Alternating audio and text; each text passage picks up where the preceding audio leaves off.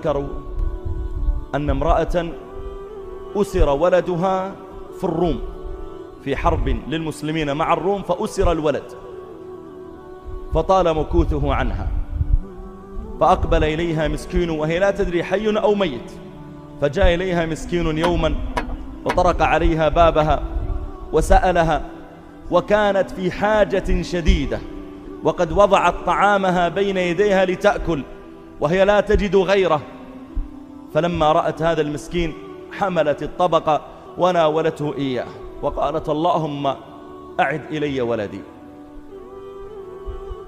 فما مضت أيام إلا وولدها بين يديها. قالت سبحان الله أفكوا جميع الأسرى؟ قال لا، أنا وحدي قد أطلقوني. قالت كيف؟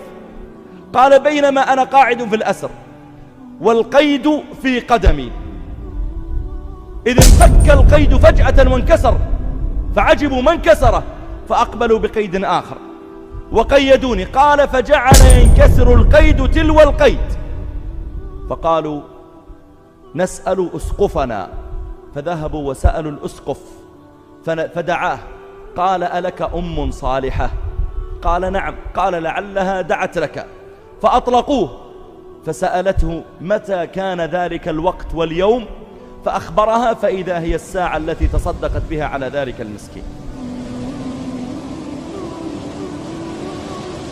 ونحن نحتاج أيها الأحبة إلى أن نتعرف إلى الله تعالى ببعض الأعمال، حتى إذا وقعت في كربة كذا تقول اللهم اكشف عني هذه الكربة بعمل ذاك الذي قدمته بين يديك. تعرف إلى الله في الرخاء يعرفك في الشدة. تعرف إلى الله في الرخاء يعرفك في الشدة. تعرف إلى الله في الرخاء يعرفك في الشدة.